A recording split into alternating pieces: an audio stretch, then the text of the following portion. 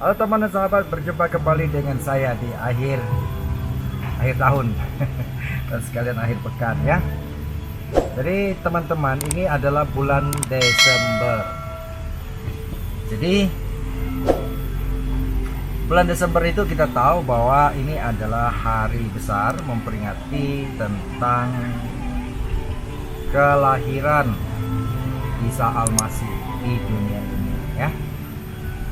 Jadi ada hal yang menarik dari cerita ini teman-teman, di mana cerita ini dikatakan bahwa pertama kali yang mendengar berita kelahiran dengan Sang Isa Al-Masih ini adalah yang datang berita bukan seorang biasa, bukan nabi, bukan pendeta, bukan ulama siapapun, bukan raja, bukan pejabat negara.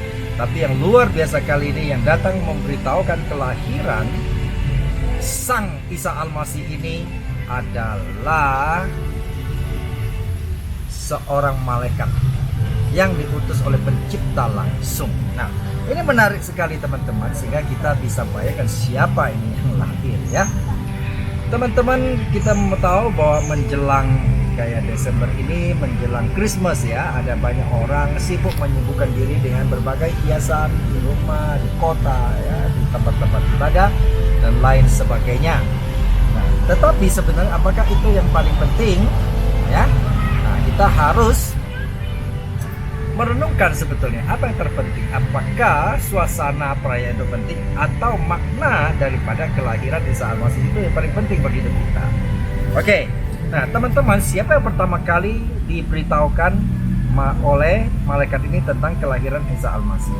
Bukan seorang raja yang diberitahu, bukan pejabat negara, bukan orang-orang penting ya. Bukan para ulama, bukan tokoh agama pada zaman itu. Tetapi siapa? Kawasan gembala. Siapa itu gembala? Gembala itu adalah yang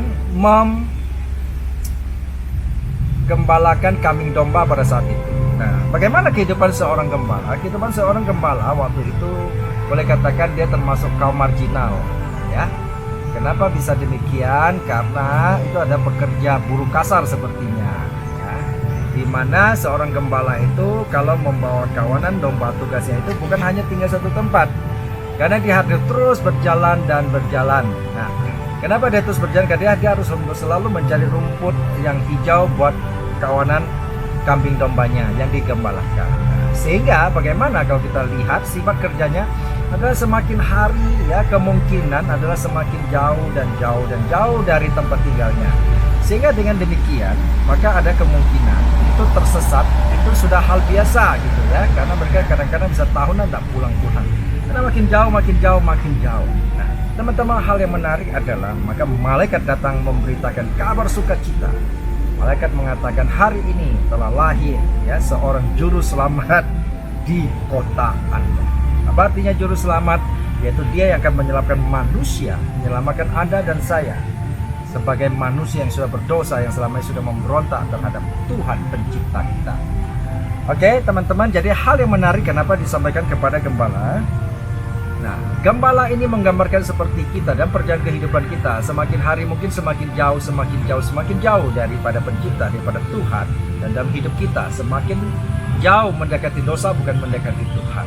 Nah, sehingga demikian maka malaikat perlu datang menyampaikan kepada para gembala, termasuk kepada saudara dan saya sebagai gembala dalam hal-hal rohani dalam kehidupan kita. Untuk supaya apa? Kita bisa kembali kepada pencipta, supaya perjalanan kita tidak tersesat semakin hari semakin jauh.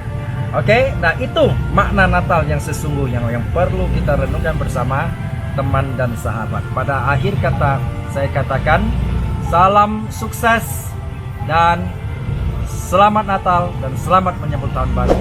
Sukses buat Anda semua.